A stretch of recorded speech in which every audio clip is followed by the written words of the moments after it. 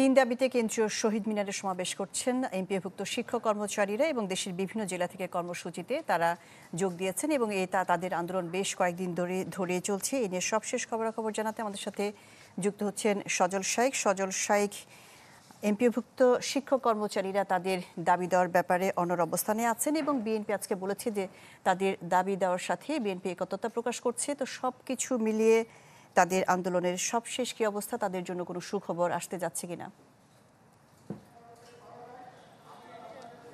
শাহনাজ, বেসরকারি এমপিওভুক্ত যে শিক্ষকরা 9 দিনের মতো এখানে আজকে অবস্থান করছেন, আসলে তাদের জন্য সুখবর বলতে নেই, কারণ সরকারের পক্ষ থেকে কিন্তু এখন পর্যন্ত তাদেরকে কোনো সুসংবাদ দেয়নি। যদিও গতকালকে সরকার যে 5% বাড়ি ভাড়ার প্রজ্ঞাপন জারি করেছিল, সেটি কিন্তু তারা গতকালকে প্রত্যাখ্যান করেছে এবং গতকালকে একটি ভুখা মিছিল করেছে।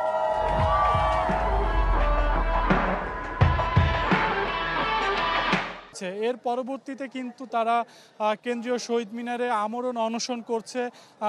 3 দিন যাবত তারা আমরণ অনশন করছে এবং তারা যেটি বলছে, তাদের সম্পূর্ণ যেই দাবি, সেই দাবি যদি না মানা হয়, তারা কিন্তু এই আমরণ অনশন থেকে তারা সরে যাবে না এবং তাদের এই যে কর্মসূচি রয়েছে, ধারাবাহিক যে কর্মসূচি, সেই কর্মসূচি চলবে।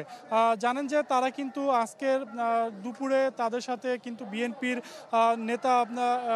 একজন নেতা কিন্তু একাত্মতা প্রকাশ করেছেন এবং তারা যেটি বলেছে যে বিএনপি তাদের যে দাবি, সেই দাবির সাথে একমত। এবং শুধু বিএনপি নয়, বিভিন্ন যে রাজনৈতিক দল এনসিপি এবং জামাত সহ আরও কয়েকজন সামাজিক সংগঠনও কিন্তু তাদের সাথে একমত এবং তাদের যেই দাবির পক্ষে তারা তাদের সাথে একাত্মতা ঘোষণা করেছে।